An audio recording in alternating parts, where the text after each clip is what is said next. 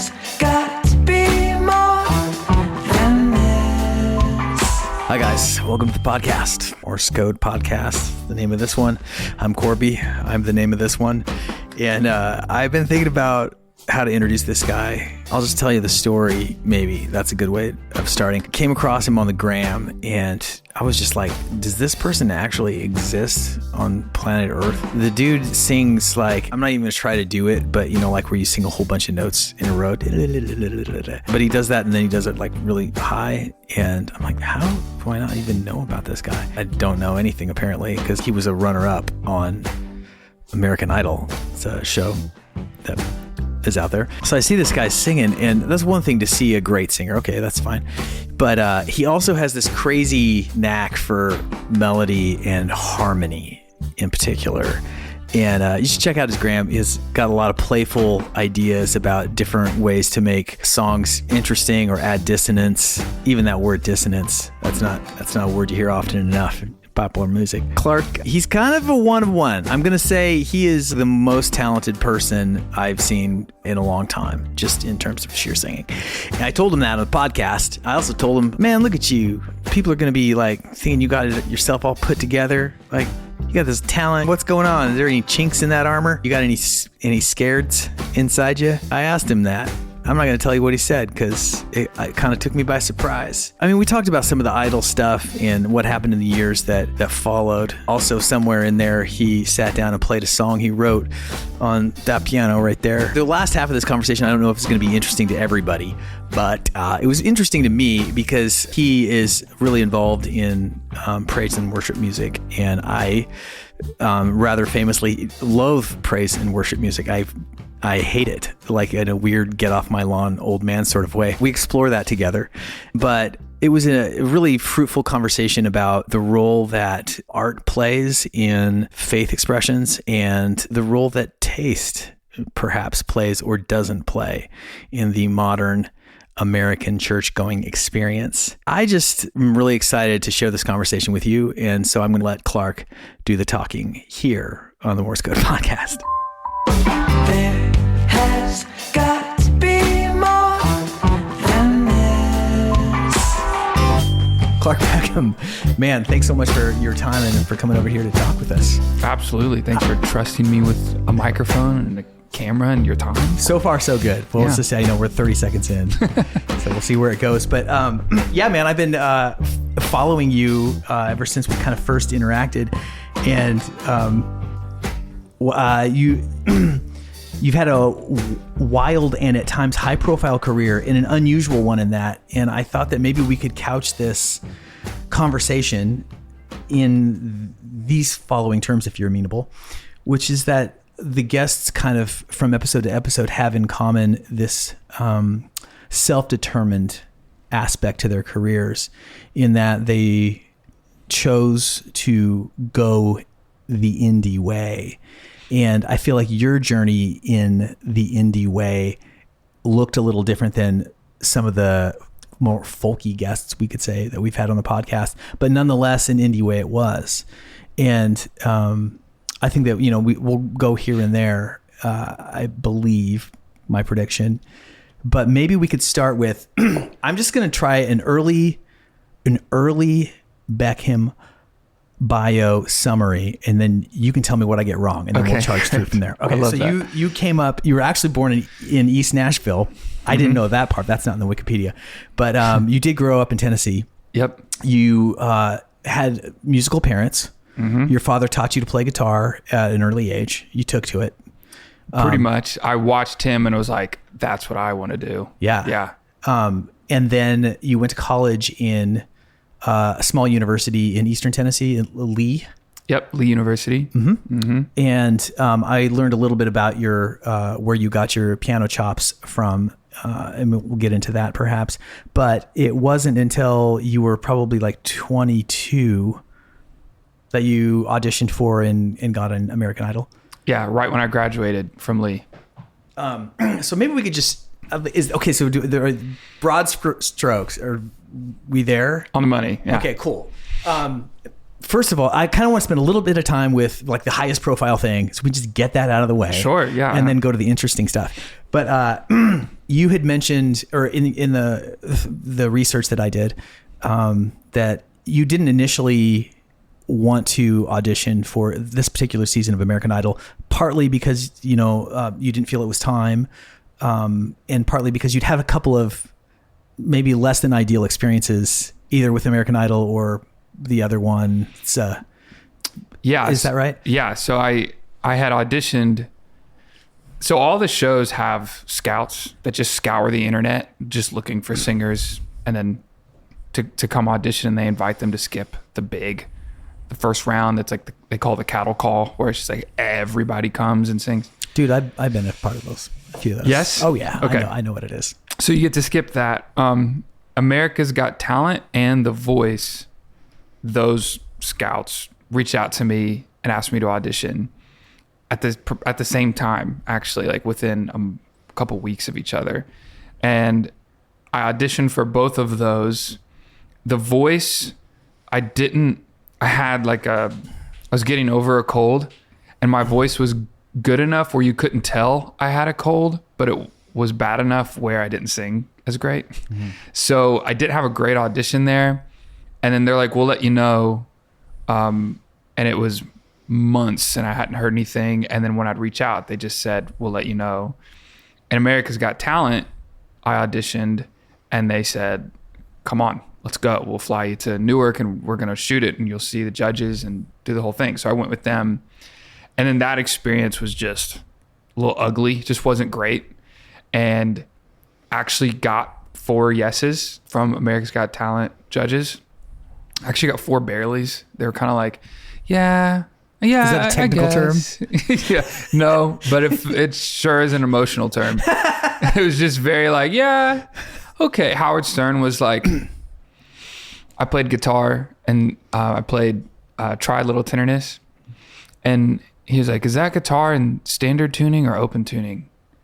I was like, what an interesting question. So you know enough to know what that is, but not enough to be able to look at my hands and know the answer to that question. Yeah. I was like, it's standard. He goes, I just don't know if you're good enough to play and sing at the same time. You should have said open. And I was like, copy that, Howard Stern. And he was like, but I'll see I'm interested to see what you can do. So I just got a bunch of like, conditional passes. Yeah. But then the day I was supposed to fly out to the next round, I was still waiting on my flight information. And I was like, am I going to get like an itinerary or anything? And yeah, we'll let you know soon. And it was just really weird. And then the day I was supposed to go, I was like, I'm packed. I feel like I'm not going because I still don't have any flight information. And they just kept telling me like, it's coming. And then it never came. And then the email that I got that day was, sorry, it's a no this year, but please try out next year. We can't tell you why. And I was like, what? And weeks later, my mom was like, American Idol's coming to town. I was like, no, I'm done. I'm done with these shows. Blah, blah, blah. I'm better than that. Yeah. And do it the honest way in the coffee shops, one fan at a time. I didn't want that either because my career at that point was street performing. Like most people's story is, they start in the bar scene and they can't get out of the bar scene. I couldn't get into the bar scene. I mean, I went to every bar and I was like, let me play for free. Like, just please. And they're like, we're good. So, I mean, I didn't want to do it, honestly, the organic way because I was doing that for years as a street performer and I didn't. What do you mean by that? I read it and I thought that was a charming, poetic, if exaggerated claim, but were you like on Second? On Broadway? That was the spot, actually. Paint me a picture. That's actually the best spot is Broadway and Second on the north side. Mm-hmm. You get the most space and most people park on Second and most people walk up. That's true. They walk on that corner and there's a ton of space there and there aren't any bars there because a lot of the bars will have their windows open and then they play their music loud to attract people. Well, then that ruins that space for a street performer because it's like sound polluted, So that was like the spot if you could get it. But yeah, that's where I set up was if I could get it was Second and Broadway. The south side was where the big like cowboy boots store that was another good spot, but not nearly as good because no one parked on that side. Anyway, but Yeah. that's where I You set up Where with I did an acoustic guitar and an amp. What just was an it acoustic like? guitar. No amp. If you had amplification, it's kind of one of those You draw too much unwritten attention. rules. Yeah. Because if you had amplification, okay, great, now you're polluting the other side of the street, and a spot where another performer could have been can't be because you have amplification. So it's kind of one of those, like, if you had amplification, one of the other street performers or like the homeless community, like they might accidentally step on your your cable or accidentally unplug or knock something over. Oops, one of those things. Like, I gotta don't say use an though, amp. I mean, it takes a lot of courage to just stand out there in front of God and everybody and just sing. So there's something, you had that going for you. Little Yeah, I think misguided as it might have been. I think it was actually arrogance, actually, because Sure. I thought it was gonna be this situation where I sang and hordes of people would surround Just gather. me. They couldn't and help themselves. the bartender and the managers that said no to me would come out and be like, "What's all this commotion?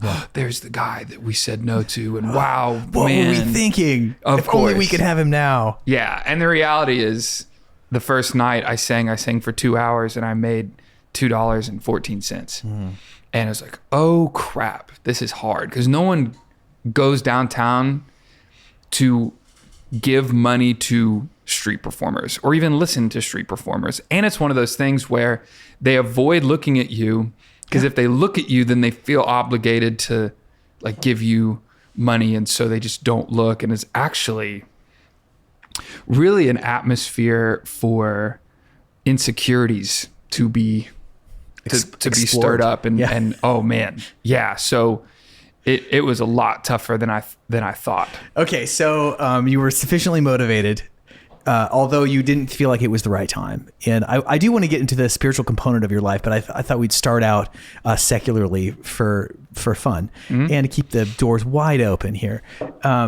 But when you finally decided to audition, again, it was, you didn't have to do the cattle call, right? Did you just send in a tape? Yeah, and honestly, it was.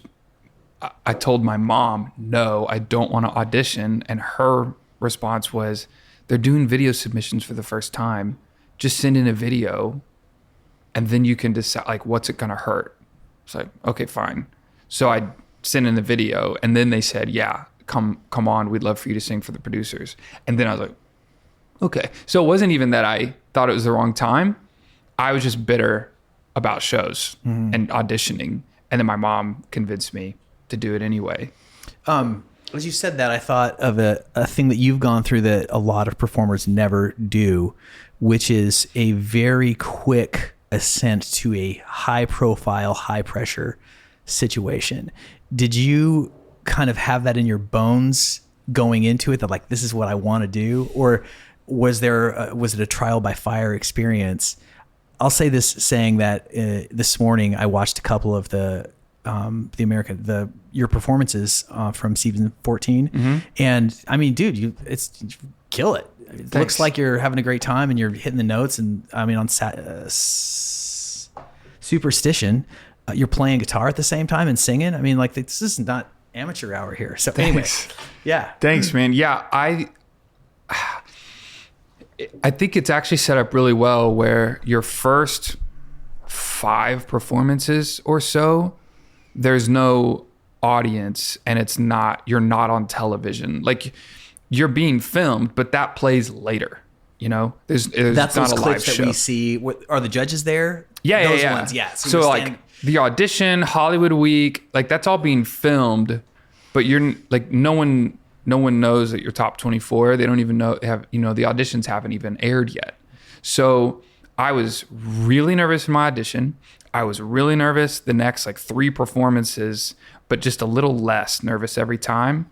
And then I made the cut to top 24 from like 400 people in a Hollywood Week. And by that time, I had like 4 or 5 performances under my belt. I did have the confidence. I was like, okay, now I think I know what I'm doing. Let's go. You saw the talent. You saw the competition out there. You're like, all right, I can hang with this. It was more of just like reps. Like I've done it. I've sung in front of Jennifer Lopez, Keith Urban, and Harry Connick Jr. 4 or 5 times. I've sat down and talked with them. I feel like I'm getting in the groove, and then everything airs. And then when it's live show, it's like all I'm thinking about is game time. Like, let's go. There aren't any nerves anymore. It's just I'm exhilarated and I'm ready to go. So you weren't nervous when you were doing like the live shows? By the time it got to the live shows, no. Wow. There weren't nerves. It was just like, let's do this. Let's freaking go. Yeah. Like Tom Brady screaming, dude, let's go. Funny you mentioned, because I will say that in watching that, I'm like, he kind of looks like a young Tom Brady from certain angles. But then looking at you funny. now, you kind of look like an old young Sheldon. Nice. An old young Sheldon. You know what I'm talking about? You know the TV show Young Sheldon? Yeah. Picture his face. He's a little kid. Honored. Add 20 years. That's so funny. Boom. Yeah. I've never gotten that before. Well, so you have that real, I mean, it's just crazy to me to think about the crucible that must be. This is a guy that had the complete opposite experience in his career. And I was never like, my vocal chops are not the kind of that would gather people around. I can sing, but it's just like, I'm not like that guy. Sure. And so I never had a 0 to national TV experience, and that's a really unusual experience that I think that maybe makes or breaks a lot of people. Okay, good job. You made it to the very end. You're like runner up in the show. Yep. Did you know in advance of the actual airing the outcome, or no. So you found out? You really found out in front of everybody. Oh yeah. Walk us through the emotions of the finale. Shock. Of like the just final. like the final moment. Yeah. Well, at that point, there's the one thought. There's this one myth that only the winner gets signed to like the infamous contract, and it's just not true. They can sign anybody they want. You sign, at least on my season, it was this way, and I think it's still this way. You sign a top 24, and then they can pick up your option if they want to for anybody in the top 24. So there's this one part of like people saying like, well, I don't like, it's great to get second because then you won't get signed and you get all the exposure. And that's not necessarily the truth. And they had talked to me a lot, and I was fully convinced that they were going to sign me no matter what. When it was top at their discretion, you had pre-signed your side of it. That's correct. You're like, I will if you accept me. That's correct. Great position to be in. Wonderful. Okay, continue. And so I was like, well, I might as well win, you know. And I'm such a competitor, and sports was my first love, and I think that's where I got a lot of the high stakes. Like I love it. Like that stuff, I think I got that from sports growing up. And I was like, well, I might as well win if they're going to sign me no matter what. You're like, let's go. And we get to the end, and I'm thinking, okay, I need to not even visualize, but like imagine my name being read by Ryan Seacrest. He comes out, and he opens the card, and I had learned a couple weeks before, there's one episode where you're out there, he opens the card, and I looked over, and you can just see on the card like who made it. Mm-hmm. So I told Nick Fradiani is the winner of my season. I told Nick before we went on, like, don't look at the card. Like Clay Aiken and Ruben Studdard, Clay famously looked over and saw the card before the announcement. And so I told him, like, don't look at the card. He's like, okay. So our heads are down. We got our arms around each other. And I'm trying to imagine him saying my name. I'm trying to hear my name. And up to that point, every single cut on American Idol, when it was the time to make the cut, I was this weird confidence, but I knew that I was going through every time. I wasn't at top 24 thinking, oh, I'll be at least top 5. A lot of people talk like that. I never even thought about it. I just knew that cut in the moment, I'm not going home. I know I'm not. Up until that moment. And I tried to imagine Ryan saying my name, and I couldn't. I was like, what's going on? Like I couldn't even, I was trying to force his voice in my head saying Clark Beckham. And I couldn't. And I was like, I'm not It's not happening. I didn't win. And then he said, Nick Fratiani. And what surprised me so much was this incredibly dynamic dichotomy of emotion. I was upset because I didn't win. It's a form of rejection. It's a form of more people said the other guy than said you know, in the voting.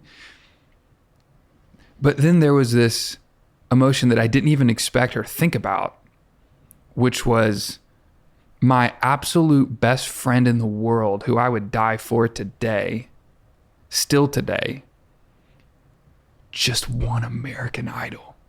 And I was so excited for him, which I didn't even have time to speculate that would be a feeling I would have. But but both were there and they were present. And they were both very real and they were both very intense. Mm-hmm.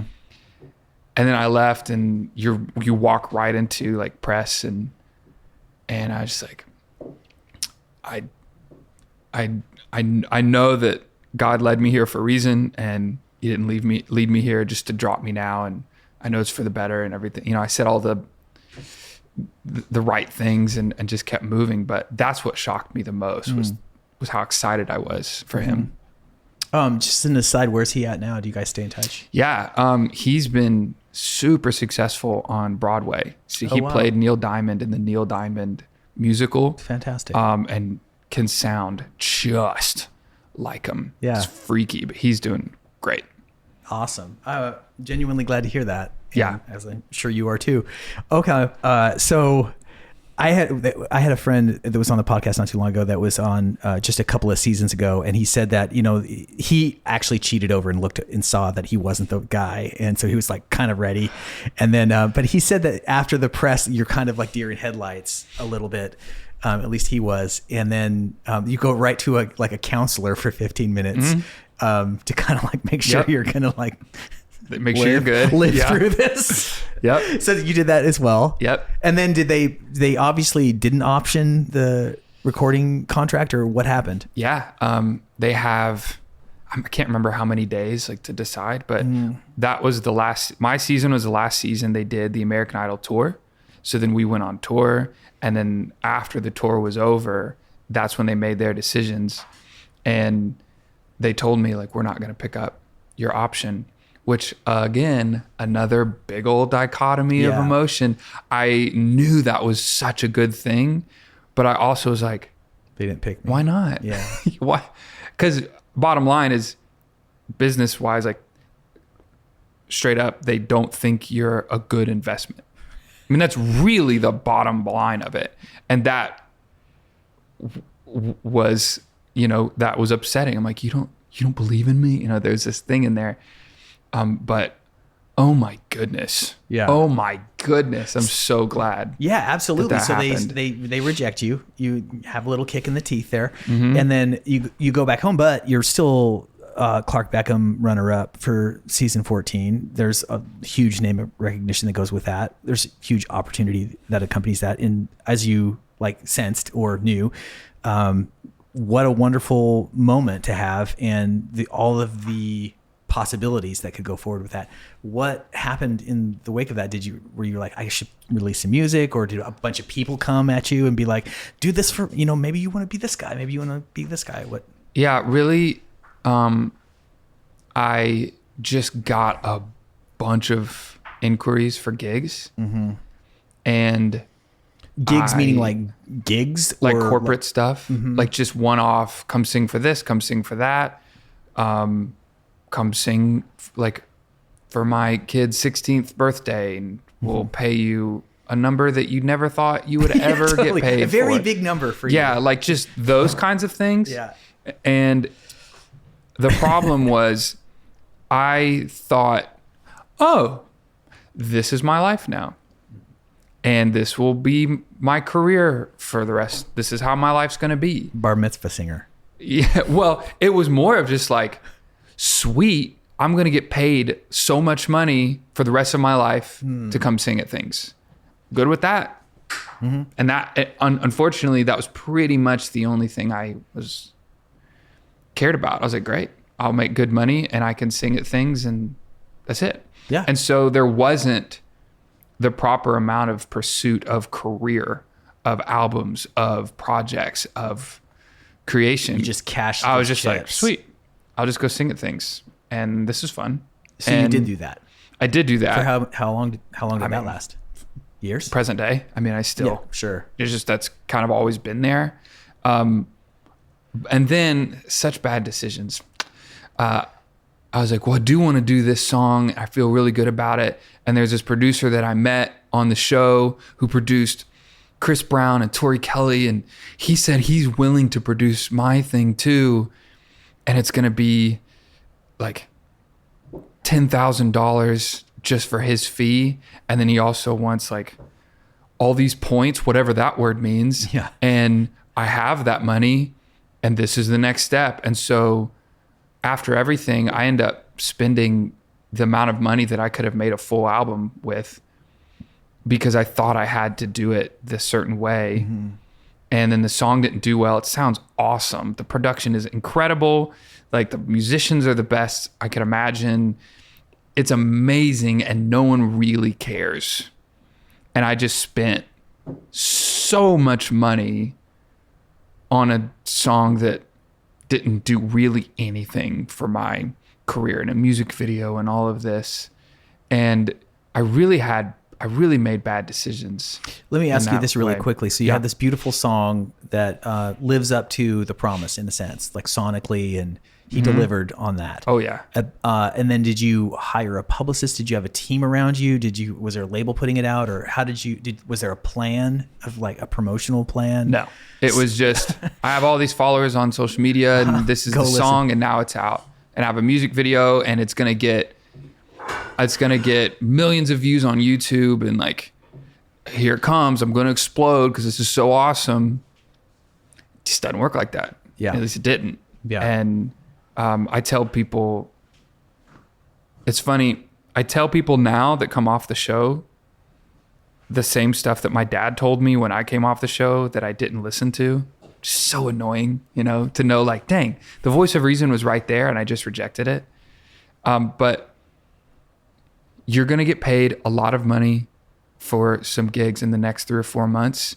Read Rich Dad, Poor Dad, and do not spend money you don't have to spend and make really good music as cheaply as you can and make as much of it as you can and invest in things and get some passive income you get paid. Sometimes these artists will. This is annoyingly wise, all of these things your dad It's is so saying to you. annoying. Yeah.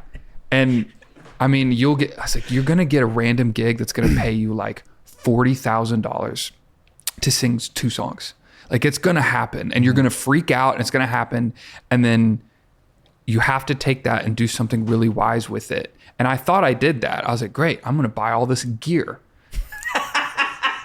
I was like, cause this is my physical stuff. objects. And I just made so many bad decisions right after. But you were 23, 24 Yeah. age? Yeah. So, I mean, you can bounce back from that stuff. Oh, totally. And I have, and I thought I was wise because it's not like I was buying a car and like going out and like partying and spending $10,000 on like a bar tab or something. You like were that. investing in your career as best you knew how to, given your limited information and mule-headedness. Yes. We could say. Mule-headedness is really important. Yeah. Yes, that's accurate. Okay, awesome. So this happens. This is 2018 is when season 14 happened. 15. 15. Oh, 15. Okay, so you eventually make a record, an LP. Mm-hmm. A much more positive experience. It debuted like high on the charts, or Yeah, it did well. It did, and again, independent, like no publicist, no real team. plan. I had a manager. Mm-hmm. I was signed under Quincy Jones Productions. That's right. And it actually came out after I was dropped by Quincy Jones Productions. And that's honestly what made it come out, because I was just collecting checks and like, cool, I'm a musician, my bills are paid, I'm the stuff, like this is great. Yeah, I'm working on an album and stuff. We'll see when it comes out. You know, that kind of It'll come out when it's naive time. BS. Yeah. And there was one day, I've never told this story, but my manager called me and said, hey, I have a tough conversation to have with you. I was like, okay, let's hear it. She said, I'm leaving Quincy Jones Productions. I'm leaving that management team, and I'm going to go, I have another job that I've been offered. And I was like, that's awesome. Like, I'm going to miss working with you, and you're great, but I'm so happy. And I genuinely was like, I know this must be a great opportunity for you to take it. And she's such a wonderful person and a really hard worker. I'm like, this is exciting. Happy for you. And I thought that was the hard conversation. And she said, and she managed me, Jonah Nilsson / Dirty Loops, and a friend of mine, Eli Teplin, who's a great songwriter. And they're like, okay, so for you, Jonah and Eli, they sat down like a kind of a conference table meeting thing, and they've got 5 or 6 other managers, like day-to-day managers, and they were going to figure out who's going to take my artists. So-and-so is going to take Eli, so-and-so is going to take Jonah. But when your name was brought up, nobody stepped raised forward. their hand. Nobody, and it was kind of like, She said this in the phone or like, yeah, which I appreciate, telling the truth instead of some like BS, like the direction of where you're headed and ours, we think it's best. She's just like, this is what happened. Yeah. And nobody raised their hand. And it's like, oh. And like, so they have to okay it with Quincy, but they're going to drop you. The next day, I had a writing session with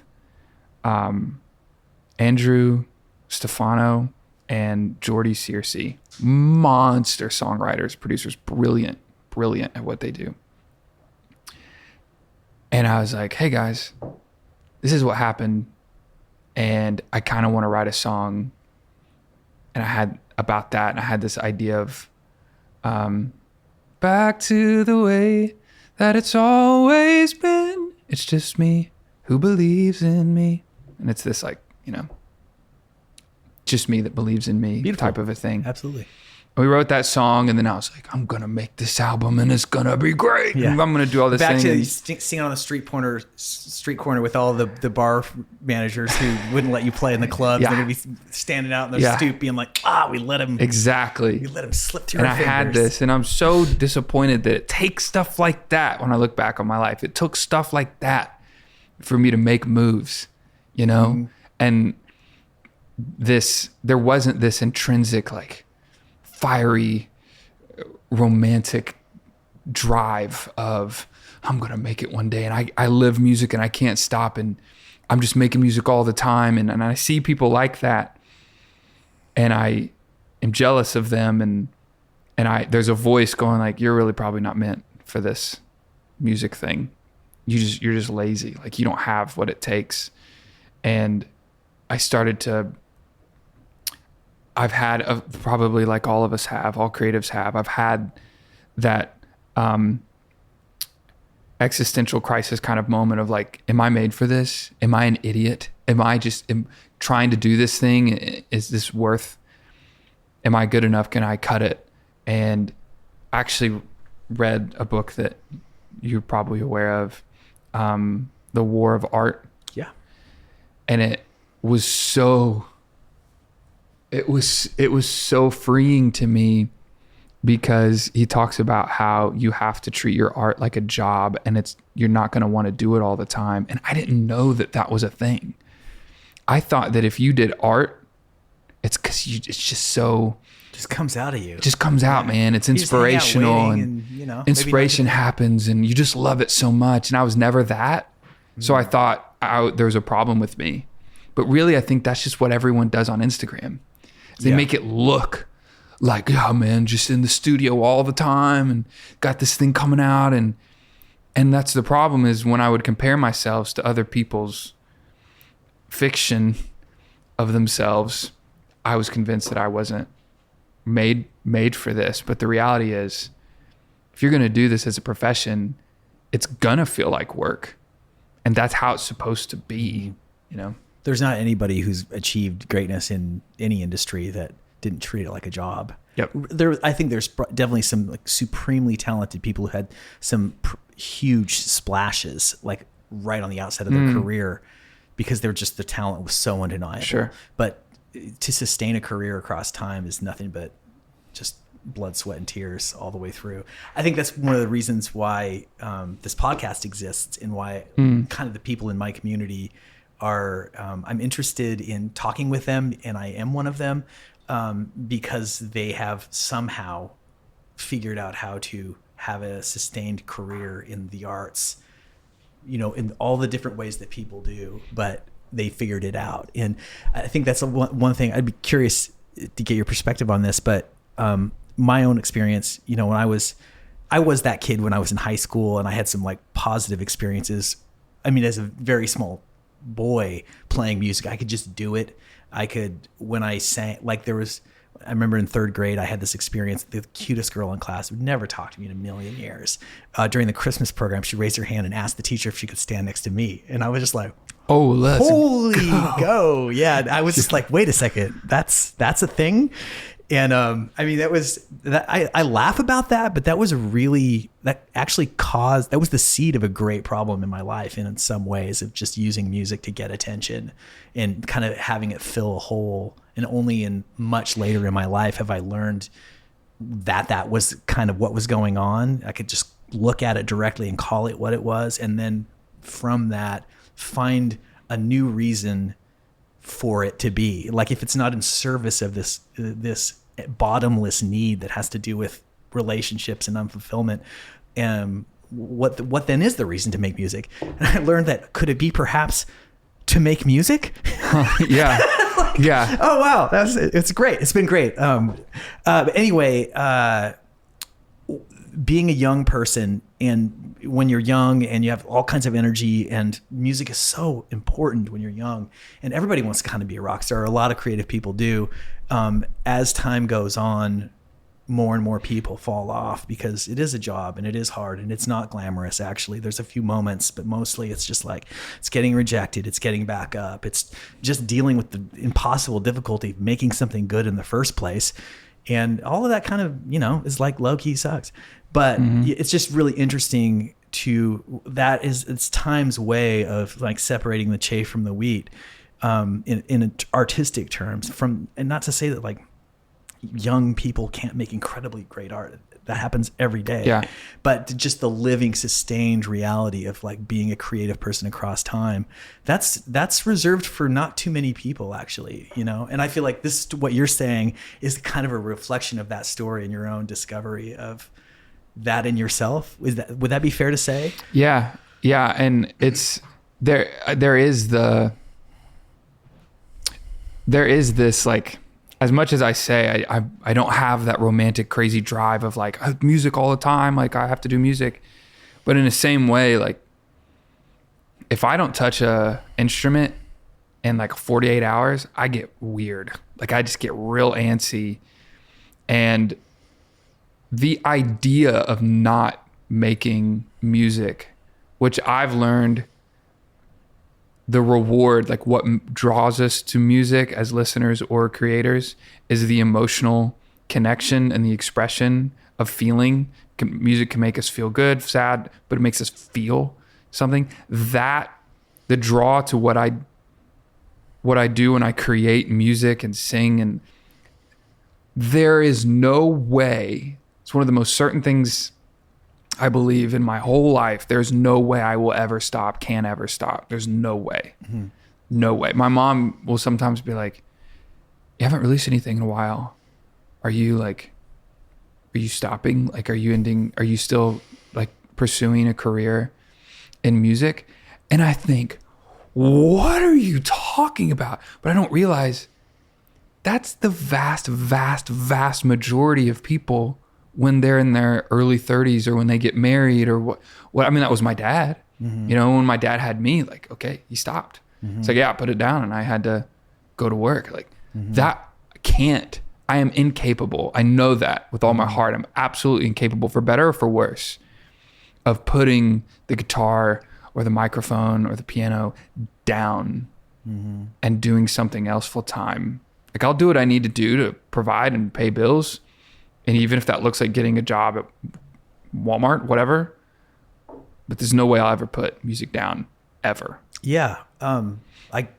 I will just say, dude, from my perspective, and I think a lot of people's, your talent is so obvious, and it's so you're in touch with something so deep and basic that it is, the term touched by God, I think, applies to you. And it would just be such a crazy shame for that light to ever be covered up, to use the childhood term. Yeah, man. And this is also, I love that you're talking like this, because as somebody who doesn't know you, candidly, you reached out about the podcast, and I'm curious about how you'd even heard about it. I was wondering, like, I actually have no idea, because this podcast is not huge. But candidly, I had never heard of you before, because I don't watch the TV shows very much. And so I clicked over and watched, and I was just like, dude, this guy is so much more talented than just like first glance than just 99% of people out there trying to do it. And I'm like, what? And then just stuff of you like having encouraging talks with other people. And I'm just like, this asshole, just sorry. I'm just like, is he like one of these guys that's just waltzing through life with his beautiful talent? He's a handsome guy, and he's like talking about acting. And I'm just like, God, I guess I'll have him on. But, that's funny. But so it's just really, it's refreshing, I think, to me, but I think to like kind of anybody listening who sees you as somebody that's like got this undeniable talent, to just be like, well, he struggles, man. He's got his shortcomings, and he's kind of like, to hear you, contemplate the fact that like, maybe I don't have what it takes, or, maybe I don't have the fire, or in a weird sort of way, it's encouraging to, we mere mortals. Yeah. And that's why I think it's so important to find a way to be vulnerable and show people your shortcomings, because if they just see all the great things, they're going to think that's all that there is. And if they don't mirror that, then they're not good enough, and they don't have what it takes. Because that's exactly what I thought. And the reality is, like, people see all the stuff I'm doing and all the work and all the things that are coming out, and the Instagram posts and the cool gigs, and they see all of this, and then I come across, I think, very put together and very productive, but I don't post when I had an hour blocked off to go write this guitar course idea I have, or to work on my set, or to like practice. And instead I decided to play Fallout 3 on my Xbox, and I missed that hour. And that might sound like no big deal, but that stuff adds up, and it steals time and productivity, and it steals from the dream and my purpose. And I know that sounds extreme, but they don't see that I fail every day. I'm being productive and doing the right thing, and I'm constantly under this fear and this burden of this voice saying like, wasted talent. You're not doing enough. Look at this guy. You're not doing it. Why aren't you doing that? Why aren't you writing every day? When was the last time you wrote? How many hours did you spend watching basketball, NBA playoffs? Wow. Wasted talent. Oh, you could have done, you did this gig in this like section right here in your set. Like, you missed the chord because you only practiced like a couple times because you thought you were good because you've done the song enough, and you didn't. Dang, wasted talent. You didn't have, why don't you have more courses out? Why don't you don't have an album out? You haven't had an album out in like 3 years. What are you doing? You have Logic.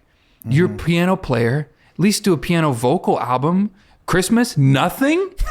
Like, you don't have anything? Now you're making me question you. I'm What? just like, God, what is... Well, that's the voice, man. It's Yeah, like, man. what are you doing?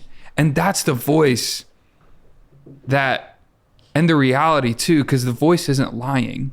Like there's truth. Yeah, I was going to say there. there's tons of truth there. And I think it's important that us artists, us creators, instead of giving all the advice on like what to do to wannabe and like aspiring artists, make sure we don't paint this picture that's inaccurate and that makes them really just come away with, I don't have what it takes. Because we suck.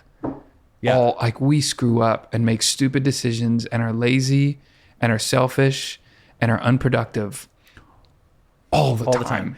I love this. And I know I've said a couple times what this podcast is about, but maybe it's just worth underscoring again, is that if I'm on a mission at all, I'm on a couple of missions.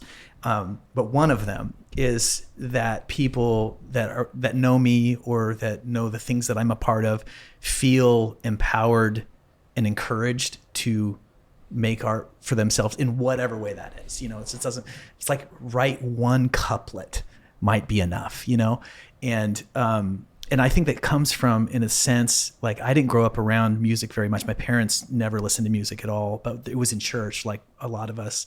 And I grew up thinking that it was like something that happened out there with people that, were important and that could really do it.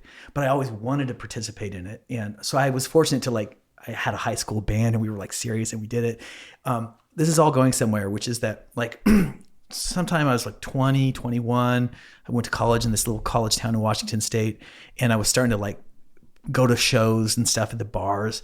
And I was just like, all these people are so cool. It's all so cool. And I'm not as cool as those guys. I don't dress as cool, and I'm not cool. Like that word cool appeared a lot apparently. I'm not cool enough. I wasn't cool enough. And I went to a bluegrass festival right around then. And that was such a formative experience for me, because this particular one was in the hotel in downtown Tacoma, Washington, another heartbeat of bluegrass music. And it was like you walked into the front doors. I'll never forget. I walked through the front doors of the Sheridan Inn, and it was just all of a sudden, everywhere you looked were little pockets of people playing music, little kids playing with grandpas, wow. and big people playing with little people, old people playing with young. And I was just like, this is what I want to be a part of. Like this is people playing music like together. And nobody's getting famous. There were some like, quote unquote famous bluegrass bands that were headlining that particular festival, but nobody in bluegrass is actually famous. And that kicked off like really like 8 years probably. I ran a bluegrass band that was like why I got to play music for a living. And we had a moment out in the Northwest, and is why I got to do this. And over time I was like, yeah, I'm never going to be Chris Thiele or like these guys. I moved to Nashville, and like these guys got bluegrass in their bones. But consequently, so in some ways that was a failed experiment, in the sense of my original dream was like, I just really wanted to play guitar like Tony Rice. I will never play guitar like Tony Rice, a famous flat picking bluegrass guitar player, late great.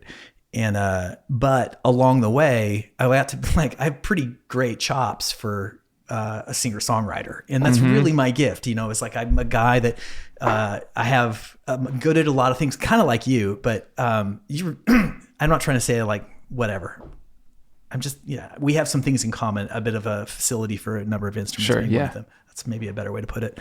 But really, I'm like, a crafty guitar or crafty songwriting guy.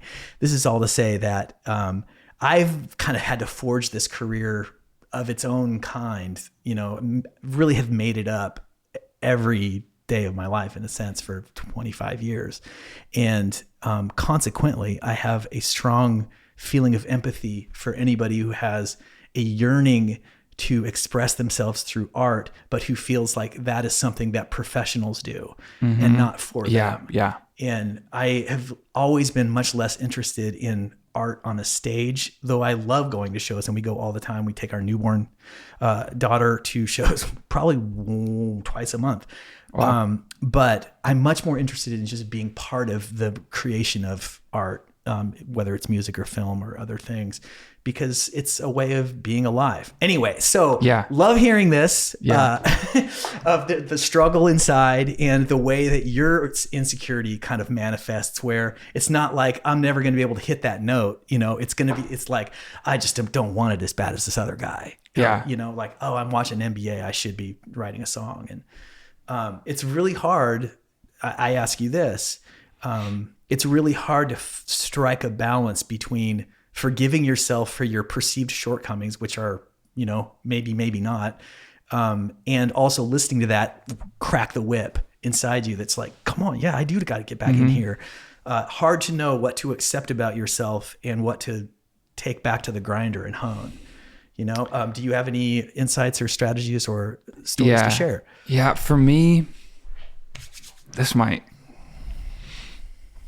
I'll just speak for myself so that it won't be controversial, because it's just for myself, even though that I think everybody should do this. And think you ruined way. it in advance. Okay. For me, that voice is true and it should be listened to and believed. The part that you should not listen to is where it touches identity. So when it says, you're not made for this because you wasted your time playing Xbox for an hour instead of practicing your set, and then you messed up in that set, and you wouldn't have if you would have practiced. Take the first part out. I've learned to take that identity part out. You're not made for this. Okay, that's the devil. Like, that's the part you take out. The other part, I do not subscribe to the self-love narrative to the extent of, give yourself some grace. It's fine. Look at this person. Like, they're not doing anything. You're okay just the way you are. Exactly. Like, you know what? It's good sometimes to play Xbox, just to get your mind, and then start convincing yourself that irresponsibility helps you. And it doesn't. And maybe it's because I grew up playing sports, and the best coaches for me were the ones that were screaming at me, like really tough coaches that I knew loved me deeply, but would say the truth very loudly and not cut corners with it. I have to adapt those coaches to my own inner dialogue. And my responsibility is, okay, when you're talking to yourself, Clark, make sure you're that coach that deeply loves you, but will also say the truth, and know that, okay, yesterday is gone. Today, you are in full control of the 16 hours that you're awake. You can do so much in 16 hours. Let's nail this next day. And that's really where it comes. If your mind is telling you you're irresponsible and you're lazy, it very well it's probably right. You probably are, at least in that moment, in that situation. Listen to it, but don't listen to the part that says you're inadequate. You're not capable of this. Turn that to, all right, next day, I'm going to have the best, most productive day ever. I love that. I think that's absolutely useful, and also kind of a bit of a novel take on what is more commonly addressed as you're okay just as you are. Don't worry about trying. Yeah, so hard. No, I'm not. Yeah, no, I am not okay just as I am. Just as I am is path of least resistance. It's lazy. It's ice cream and cookies and cake and Taco Bell and video games and doing just enough to pay the bills. I am not okay with that. That is who I am when I have zero discipline and I don't try. I am not okay just the way I am. I have to rise above to what I see as my full potential, and that is freaking hard. And there are so many pitfalls, and there's so many times where I trip over myself, and there are weeks where I'm a freaking all-star. I am crushing it. And then there are weeks where I am the worst. But the idea of saying like, you know what, it's okay. In a way, sure, it's okay. Don't kill yourself. Like, just be better. Like, it's gone, it's past. But the idea of like, you know what, it's good to let off some steam and play. It's like, no, do not justify the way that you are. Maybe you're exactly the way that you want to be, exactly how you are naturally. I am not, because naturally I am a lazy, an undisciplined person, and I'm not okay with that. Maybe this is a nice segue into our instrumental break. And we have a piano here in the studio. Would you mind if like sharing a song? I would love that. Let's do it. Maybe you could set it up. Yeah. So it's funny. You actually said something about when you learned that playing music or singing got you social attention from that girl. And many girls thereafter. And loads more. And you went, oh, sweet. I think a lot of us have that same story. Yeah, and for me, I wasn't really popular until I got good at stuff. And then I got popular. Idol, where my talent was on a big platform, then I got super popular and had tons of friends. And then I thought, why do I have so many friends? I think it's because more people know that I can do music really well. And then I was on Idol and everything, and I thought, oh no, are these people friends at all? What if I wasn't a singer? What if I didn't play? What if I wasn't talented at these things? How many people would still be texting me? And that's where the song came from. Let's hear it.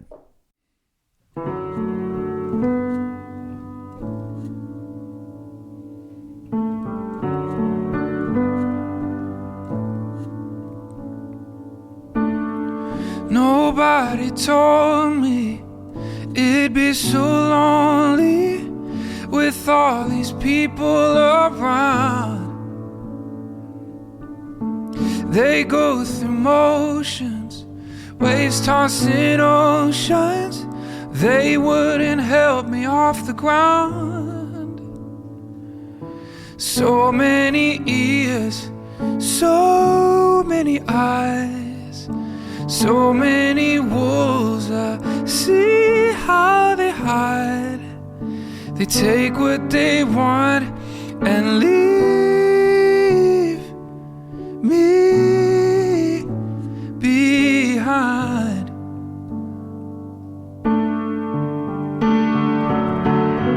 Why do I feel like nobody loves me? Only the things I do. If I stop this song, would you stay here or leave me?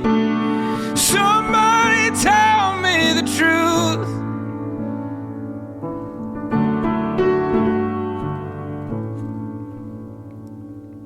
Oh, nobody told me it'd be so lonely with all these people around. They go through motions like waves tossed in oceans. They wouldn't help me off the ground. Oh, so many ears, so many eyes, so many wolves. I see how they hide. They take what they want and leave me behind.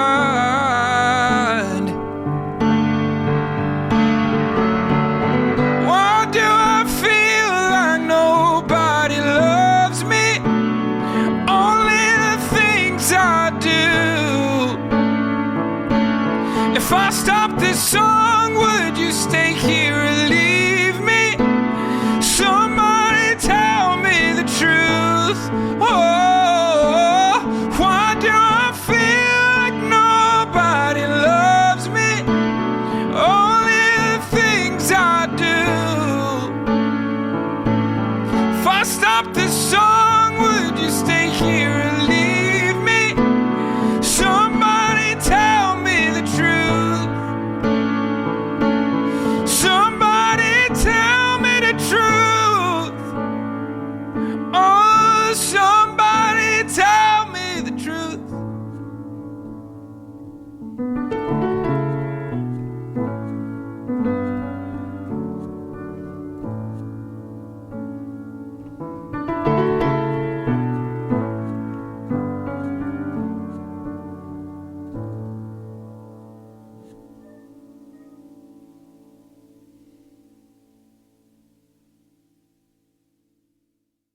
Dude, that was just a little much for the afternoon. It was just fantastic, and thank you. And Thanks. Yeah, man. There's just something about a solo performance when there's all the space and all the nuance, and exactly what was in you is what came out. And it's another thing that this podcast is all about. So very grateful. Thank you. Thank you for giving me the space to do it. It was perfect. Piano's perfect. Like that, good old upright, like imperfect, like just the perfection of the imperfections. And that's what this song's made for. So when I saw that, I was like, this is perfect. Yeah, there's a lot of that around here. Imperfect perfection. Okay, this is maybe a nice segue into what I am been most excited to talk with you about, because I saw the posts, all of the great singing. I'm talking about your reels and your Instagram stuff. Fantastic singing is the first thing you're going to see when you see anything by Clark Beckham. But then you're also going to be like, man, this guy knows his music theory. Wow, he's a good piano player. Like, there's a lot going on. And then the next thing is this layer of like really deep thoughtfulness about harmony and possibility, which is there's just a lot going on. And I live in that world a little bit, and am really interested in it. And there's a quote that you put, I think it's the byline of your Instagram, and it says, Jesus loves the flat five. Yeah. And I just find that this is just so arcane in a way, and no one is going to feel like this, but I found that to just be an incendiary statement. Oh, cool. Yeah, good. Yeah. I mean, in fact, in prepping for this pod, I revisited my old college thesis and did some additional research about the impact of blues on 20th century music, and my feeling in my body and in my own relationship to music that the blues remains the devil's music. And so to say that Jesus loves the flat five is this crazy controversy that no one cares about anymore, because we're so inured to blues in popular music. And but back there was a time, in the 20s, 30s, and 40s, and then finally when it was like mainstreamed into rock and roll, where it really was the stuff of scandal, the influence of blues in popular music. And so I guess first of all, I just want to ask you, what did you mean by that? Is actually an experience that I had when I was a part of a worship leading like ensemble, like a team of like 6 of us, and we would go sing for churches and youth camps and stuff like that. We'd lead worship, and there were 8 of us on stage at a time, and then each part had a alternate, basically, so that we didn't have to sing 2 hours straight. We could sub in and out pretty much. And there was this one song, and there's this one harmony of this like refrain that was going over and over again, and I heard this beautiful rub, and it was, the chord was a 4 chord, so let's say we're in the key of C, and it was just 4 and 5, 4 and 5, and I don't even remember exactly what the song was, but the progression was like, and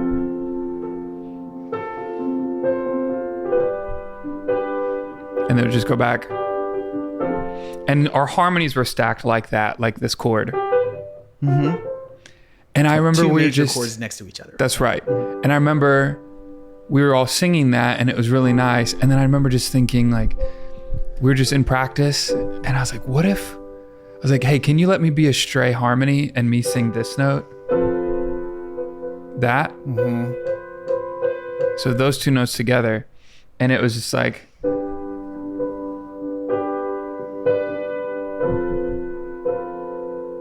and to resolve. Mm-hmm. And also, funny enough, my first memory where music struck me was watching Land Before Time. I was like 3 years old, and James Horner did the music, and Whispering Winds at like 1 minute and 18 seconds, an oboe plays that note on that chord. And it stuck with me from 3 years old, and I heard this moment to do it again. in this situation. And everyone, when I was like, what about this? Everyone was like, oh no, it's too crunchy. What is that? And I was like, please let me do this. Like, it is so haunting, especially in a harmony, vocal harmony situation. And the director is like, fine, Clark, you can do your weird note, you know? And then we were doing that song at a church, and I was in the congregation. I wasn't up there. And I was like, no, I can't do the note, you know, the flat 5, that note. And I had someone smarter than me say, actually, it's a sharp 11. I'm like, okay, you know, go read a book, leave here. But so I just wanted to get that out in front so no comments would be like, it's actually a sharp 11. Nice. I know. Way to nip But that in the bud.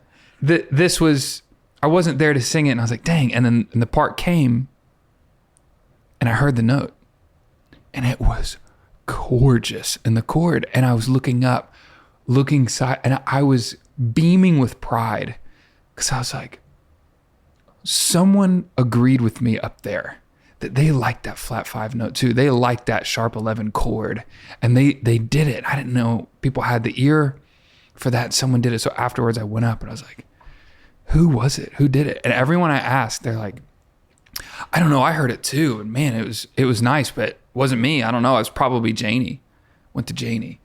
Did you hear that? I didn't do it. I heard it though. And I thought it was you, but then I saw you in the congregation and I thought maybe I heard you sing it from there, but I don't know. I asked everyone and they all had the same answer.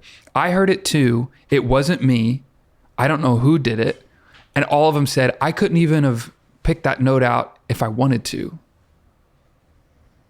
Wow, dude. And I'm fully convinced in that moment, God himself thought that flat 5 needs to be there.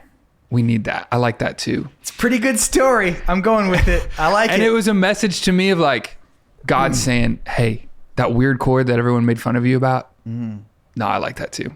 And he sent an angel like, hey, go hit that part. We need that. I need that. I want that. And it showed me that these chords, these diminished chords or sharp 11s and these jazz chords that we so too often play with a side eye to the rest of the band, or like a jab in the ribs, like major 11, am I right? Check this out. Yeah. Like those chords are divine and they're from him and he likes them too. And they're a way to interface with who he is and his image. And they're not just a look at me. They're not a novelty. They are God himself. They're part of his language. And that's how I interface with the creator, with God, is playing these chords that he loves too. And that's my inspiration for arranging too. Because if you start to arrange with self in mind, with, ooh, people will really think this is cool of me in mind, flesh gets involved, and that sharper than any two-edged sword piercing down to the division of soul and spirit, joint and marrow, that element goes away and you lose it. But if you're just arranging and you're finding these chords because it emotes the right thing, it tells the right story, and it works for art's sake, you get that word of God power is what it feels like. And this could even be sacrilegious of me. And if it is, God forgive me, just a human who's trying to figure this out. But it's the same description that I get when it talks about the word of God being sharper than any two-edged sword. When a chord hits just the right way at the right time, or a melody or a lyric or a musical element, boy, does it pierce down to the division of soul and spirit through the most hardened heart. That's what we're trying to get to in music, not trying to be impressive, trying to change the heart. I have some things I want to say to this. I am moved by what you're saying, and I absolutely get it as somebody who, loves music and has been in the presence of music and has been pierced by music. And there's just these two things I want to say. Here's the first one. This is the easier one, is that also what you're saying is something about creating a more complicated emotion. It's not the word.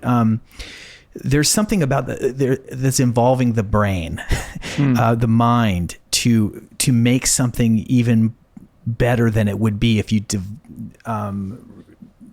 you were just to play the obvious and the simple chord, the 1 6 4 5, and that gives me hope and personal interest in revisiting a form of music which I have dismissed out of hand for so long. And it's not dismissed out of hand isn't even the word I want to say. I would say it is why I don't go to church, is because of praise and worship music.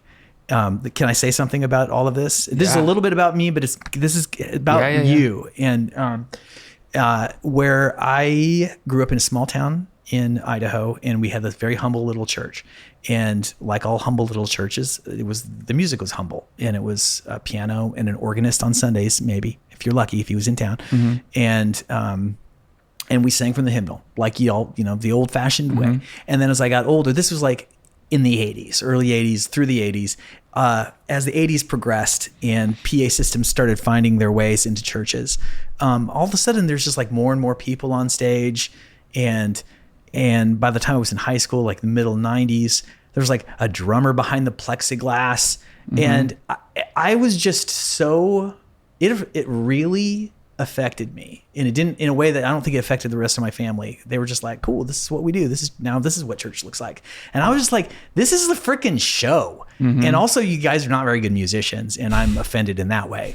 But in Nashville, you don't get you guys aren't very good musicians side of it, but you often do get the spectacle side of it. And I find it to be so anathema to whatever it is that I'm looking for when I'm in a community of people that are in a mode of praise and worship, to be in this thing that just feels like it belongs at Bridgestone at a $45 ticket. And that's just me, but I think that I am I think there are people like me out there in the world that are sensitive to music and also want to be part of some kind of expression in a church format. I'm going to just put some dumb words. I'm not a smart person. Just wanted to go to church and sing some songs, but they just are repelled by this, like on stage, and like the freaking mist machine comes in. It's just like, what are we doing here? It feels like a show. And so there's that part of it. And then the other part of it is just like, now the words are up all on the screen, and they're the simplest words. It's like nursery rhyme words, and the chords are are Taylor Swift. Nothing against Taylor Swift. Hope she's a future guest on the podcast. But they're the simplest possible chords, and it feels like it's catering to the lowest common denominator of people.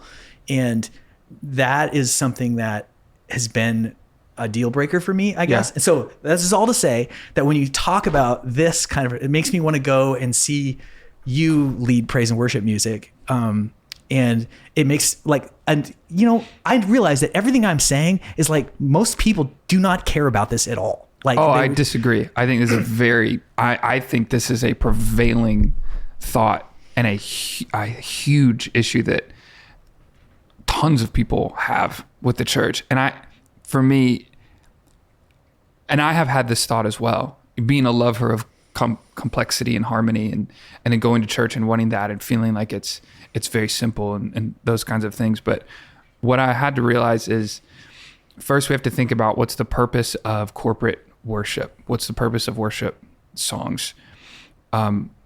Praise is to realign ourselves with the truth of God. So there are times when I am not singing a worship song, I'm not singing Our God is Greater.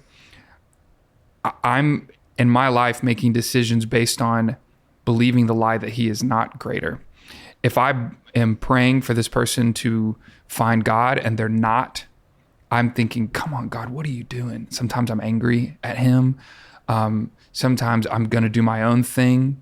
And in that moment, I'm having a lapse of belief in God because I no longer believe that He really does have a life that is full and good for me, and so I'm going to try my own thing. But when I come in and I sing, our God is greater, it aligns my spirit back up with the truth.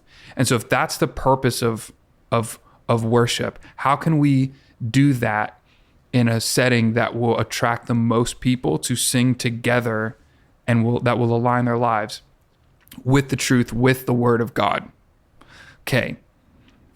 Probably it's not gonna be such complex chords and lyrics and harmony. This is the theory that would make people get lost. I actually believe we have we are much more capable of receiving complexity. How come everyone in the world can sing all of Stevie Wonder's hits? And they don't even realize that they've just modulated like 7 times and they're doing it note for note. I think we're actually more capable of complexity. And we're starting to see that in Christian music. There are non-diatonic chords that are showing up all over the place and people are going, I love this. But I think the goal and why it's become so simple is because the goal is to connect with the masses in a way that they can sing along so they can experience the gift that worship is, because worship is not for God. God doesn't need to be told he's great. He doesn't need to be convinced that he's good.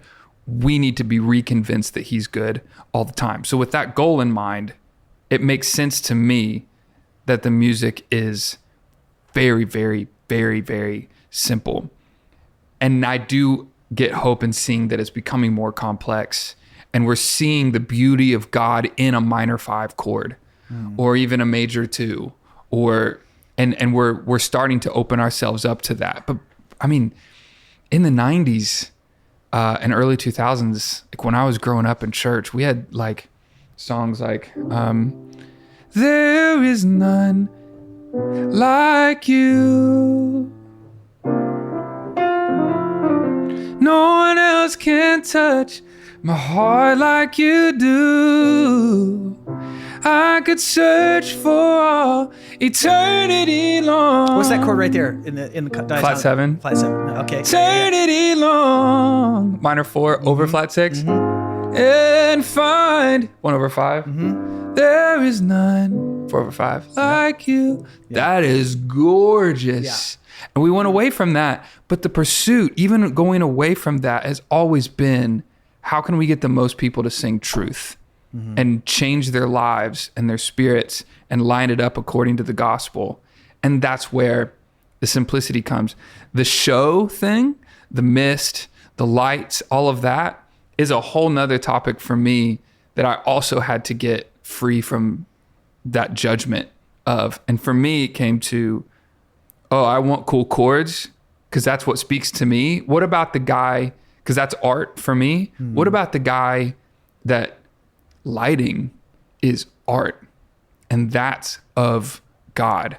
What makes us feel a certain way when light comes through and there's fog and that we can see the beams, and that's God too. When God created the earth, I hate doing what I'm about to do when I don't know the scripture exactly and I say somewhere in Genesis, but that's what I'm going to do. Somewhere in Genesis, it says when God created the earth, he made these trees in a way because they were pretty, like they looked good.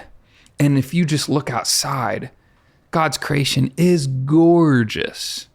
And then I'm going to say, you can't have the fog machine and the lighting programmed because it's a show and there's no way that that's a worshipful spirit that the lighting guy has. Nope. Yeah, I understand what you're saying. Like, that's the same reason why everybody got to go up on stage and sing, because they wanted to. And who is anyone to say that you can't sing?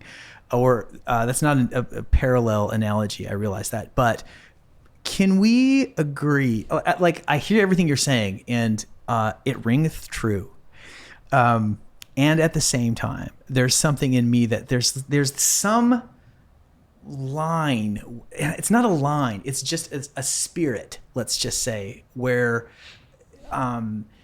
the willful construction of mood is a human overstepping of the space that would otherwise be occupied by the Holy Spirit and the still small voice. Sure. And it's like, that's not for me to say where all of that is. But I just noticed that. Okay. But that's the end of that statement for me. Well, hold on. But you say it's not your place to say if it's like worshipful or if it's more of like human performance, but you're doing it, and I do it too. And I've found that in my past, when I go to the Belonging, and their production is very high quality. And I remember I feel very led to go there. And when I went there, I stood in the back. Is that a church here in town? Yes. Okay. The Belonging Company in Nashville. Okay. Yeah. I remember the first day I went there, I went and I stood in the back and I saw the production. I saw the lights. I saw the pastor with the flat bill hat on. And I was like, and I had that reaction. I was like, I stood there in the back like a just arrogant punk with my arms crossed as holier than thou. And I go, oh, look at them jumping up and down. Look at these lights. They're just trendy Christianity. They don't believe in this stuff. They're just doing a thing. And I was the one who stepped in the way of the Holy Spirit. And I was like, they're not real. And I left like, I don't want to go to that church. And God just kept leading me in different ways, not just a voice or an unction to go back, but in different scenarios, and people led me to go back there. And then I met Andrew Holt, the worship pastor there, who I was judging in the back. And I had coffee with him, and he could not be a purer heart. I mean, he a heart of gold and loves God with all of everything in him. And I thought, oh, there's no way he's faking it. And then I went back, and now that I knew him and that judgment had been removed, I watched and I was like, oh yeah, dude, that guy's for real. And he's going for it. And the only difference was I removed my opinion, because you're right, it's not our place to say. So we just shouldn't, because sometimes, of course, there are people who go, this is my time to shine. Yeah. Because we're humans and we're idiots and we have temptations. But that's not what I'm talking about. Okay. That's actually not what I'm talking about. I don't doubt that people I'm giving them the benefit of the doubt. I realized that what I'm talking about is something even more difficult for me to get over, which is that my calling in life, you could say, or my passion in life, or the place in the world where I feel most inspired and comfortable is in the creative space and in the artistic space. And once you introduce art into the program, you introduce a very subjective and persnickety element called taste. And it is, every single art form has in it a requirement. And this is an ongoing debate that will never end, but it is a thing. And where things are gauche and bad art, or they're not and they're good art. And it is the part of every single person who comes in the presence of an artistic work to place himself in before that and use all of his faculties of discernment and his heart and his mind and what he knows of past art and see what exactly that is. And in some sense, not every freaking work of art gets a pass for effort. And it's not for me to say like that this is right or not, but as a person that consumes art on a regular basis and is damn passionate about it, I think about it more than anyone would ever care to. And it's like an affliction, I guess, as much as anything, but it's the same affliction that drives me to create the best possible work I can in myself. And so I'm really, I guess, it's something different if you understand. It's like the criteria of art. This is a thing that goes back to my childhood, and which is like I was always a judgy little asshole as a little kid, because I cared so much, and I noticed that I cared more than almost everybody around me for a reason that I couldn't really explain or articulate. And that has persisted to this day and has caused me endless amounts of difficulty in my personal relationships and my professional ones, because I have a very hard time pretending that I like something when I don't. Yeah. And I'm not saying that I'm the ultimate arbiter of Sure. what's good and bad, but I know what's good and bad for me. And whatever that is, I'm going to honor it with everything. That's all I've got to offer is my taste, really, you know? And you're surrounded by whatever this is that's my taste. And so it's that thing that's more, and I guess it's like what I want to see and what I'm on a mission to do, one of the other things, is to create in everybody a taste for art, and it's just a consideration for what might be something more than just the absolute, you know, musical equivalent of a over-caffeinated soft drink. Of just like, and I know that's an asshole thing to say. No, it's not. But it's just like, I think it has absolute value because there are a lot of people that are complicated people that are in need of the Lord. I'm going to just use my I never talk like this on the podcast, but it's coming out. Good. And they are unable to be served by the masses because they see it and they are judgy assholes. But everyone who comes in the presence of art is on some level a judgy asshole, rightly so. Mm-hmm. It's not you don't get an E for effort in art. Yeah, you do. agreed. But okay, so we understand each other there. So that's what I'm saying. It's something a little different. And I guess I'm just like, I want the guy with the lights and the mist to voluntarily step down and make room for people like me. You know, I'm not asking that, but I just like, I wish there was a church out there. I'll just say that like my wife and I have been going to the Catholic church.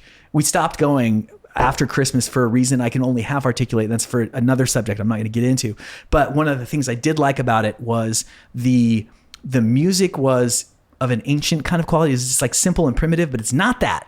What was underneath the music that I appreciated, which was that, and this is what I kind of appreciate about the Catholic Church, even though I'm just not Catholic and I never will be, is that it's not about you. It's not about you. You come here, mass is happening the same way the world over. It's happening basically the same way, minus the introduction of the vernacular instead of the Latin. It has been happening the same way for 1,000 years. And you come and you humble yourself in the sight of the Lord. And you're not there to have it catered just the way you like it. And if you don't like it this way, you can go to the other church where they do it even better. And that's what's kind of going on in the Protestant church thing. And I realize that everybody needs to make money and it's like a competitive scene. And I feel like that's there's a part of me that feels like that's what's driving some of the more shellacked elements of the praise and worship experience, is this idea of like getting the bigger congregation. And that's a deal breaker for me. I totally get that. And I think I agree on everything you said. I will encourage you, if this is encouraging at all, really high art, brilliant, gorgeous songs are starting to come out for contemporary Christian music and church songs, because I think the overwhelming opinion of especially creatives are exactly what you just said. And that cool. You want us to like this music? I hate this music. Mm-hmm. I'm not 5 years old. And even if I was, don't think I'd like it any, I totally get that. For me, I'd be banging the table and saying like, yeah, that's right. It's not about you. And that's what I would have said about so many people. And then I realized that even at like the Belonging, which is a big church with a lot of high-end production, and the worship leader is often singing their face off and jumping around and doing the thing, and the lighting's great. And I thought in my head, oh my gosh, look, it's all about them, isn't it? You think it da-da-da-da-da. And then I met the guy and I was like, oh, it's not about him. So my only challenge would be, I understand exactly what you're saying. I've said the same thing, but just because it's a light show and they're very out in front and they're singing their face off or they're doing whatever, it's still not about them, ideally. Just to be clear, please. I don't think the them in this, the me and it's not about me isn't about the people on stage. It's about the people in congregation. The audience. Sure. Yeah. And it's that desire on the part of kind of the prospective modern contemporary American churchgoer to be served. It's like this is really some heavy stuff, actually, because I feel like God, there's a self-sacrificing element in that I think that every Christian life is called to. And that I don't think that means you are obligated to be bored in church. I do think it means that you are a little bit aware that you're not the end point in this experience. And I know I know that plenty of people go to churches with their hands up in the air and the smoke's going and the music's huge, that know that. And, you know, I can't say what's in somebody else's heart. I'm just like, all I'm saying is I wish that there were a church for me that I would feel comfortable in. And I have yet to find that. And I say this with kind of a growing sense of urgency because we have a 6-month-old. I want to raise her in a church because I liked my childhood. And so, but I'm also unwilling to do it when I just sit there and I'm so uncomfortable. It's like, I apologize for being uncomfortable. I realize that I'm kind of just a curmudgeon who nothing's ever good enough for Korby. Everyone knows that about me. I feel like some part of me has walked through life apologizing for that, which is why I like books so much and why I like these little spaces and these kind of one-on-one conversations where we can have a very authentic conversation. And I feel like I can say whatever is on my heart and you can say whatever's on your heart. And, yeah, I guess that's all I'm going to say. I think I could mumble my way through another few paragraphs, but, I think that this is a really great conversation and a worthwhile one. And I feel like you're going to pray for me. Regardless of this conversation, bro. And I will pray for you too. I pray all the time. I think that I am a huge fan. I was a fan before, but I am a huge fan of your vulnerability. And I mean, your talent's easy to adore, but, I appreciate you being so forthcoming in this conversation and disabusing prospective listeners of the notion that you're this perfect chosen golden boy, which you are not. You are flawed just like all of us. Yeah. But I'm excited for the next piece of music that comes out, and I'll probably follow you on the Instagram now. You're not going to follow me back, but I'm not going to hold it against you. That's because, for those of you who don't know the context, we were talking, I don't follow anyone on Instagram except my wife. That's literally all. But likewise, man, I've enjoyed the opportunity to talk with you. I could do this all day, every day with you here and look at all of your books and ask questions and talk about them. And last thing I'll say is about, like, this might be something that's valid. It might be something that's not valid. So if it's not valid, great. If it is valid, good. I need to say this. Let's, like, just in case this is reality, like whether this is on camera or not, like, let's totally bump the notion that there is any part of me that is judging or like looking down or like gonna go pray for your lost soul or like, why don't you see the corporate worship? Like, I don't want to cuss because this might go and that would hurt my demographic, but like, F that. Like, no, there's no part of me that thinks like, oh, poor guy, he doesn't understand. Like I don't feel that at all. Great. I mean, yeah. And just like, I don't think anyone listening would think that. Great. Either. Just when you said like, you'll probably go pray for me, it hit a nerve that I've fallen into this, like, makes me want to run through a wall, like break my head through a glass window of like, is anyone seeing me as someone like that's judging them or like the goody church boy. And then all of a sudden it puts a wall up of like, oh yeah, I'm the non-church person and you're the church person. And it puts a wall that we can't connect. And I never, ever want that. So maybe that goes without being said, but I wanted to say it anyway. I appreciate you saying that. And that makes me want to say one more thing, Please. Which is that I had the very good fortune of growing up in a home of believers. And I had a really great experience because my parents, and particularly my father, was an exemplary person and was a devout believer and a great dad. And I come from a long line of preachers. My little brother pastors a church in Gig Harbor, and we don't have the closest of relationships. I'm, in fact, not very close with anybody in my family, and I could point to 100 reasons why. None of them are for lack of trying. I'll say that. But I continue to have the utmost respect for my dad and my little brother, who pastors a church, who I don't think has a judgmental bone in his body, and is an absolute servant for the Lord. And so it's like, I know there's a lot of people that feel judged by Christians, and maybe some Christians do judge or whatever, but that was never my experience growing up. My dad never said word one negative about anybody that we ever knew. And so it's easy for me to, when encountering Christians, to kind of intuit. You can find a judgy dick, sure, if you're looking, but to intuit when somebody's, it's hard to believe, and it's like we're all it's a struggle even for believers. And I would put myself kind of like right in the middle.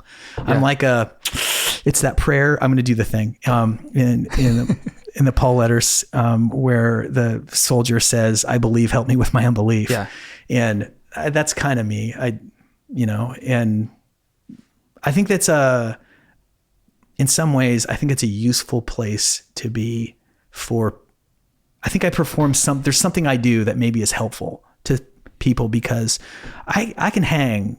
I have a hard time going to church because Christians just, like, in actual practice, they just whatever it is, they freaking bug me. Don't greet me. I just want to come watch. Bro, I get it. I'm the same. I get it. Yeah. But at the same time, I'm just like, man, and I pray a lot, and I never feel reassured really, but I'm hanging in there, and I'm interested. I guess that's what I'd say. Yeah. Dude, let's have another conversation again soon. I would love that. All right, we'll do it. Cool. Thanks, Clark. Of course. The Morse Code Podcast is produced by Korby Lenker and Jared Hammond in East Nashville, Tennessee. Our executive producer is Randa Newman. You can find full videos for this and all previous episodes at morsecodepodcast.com.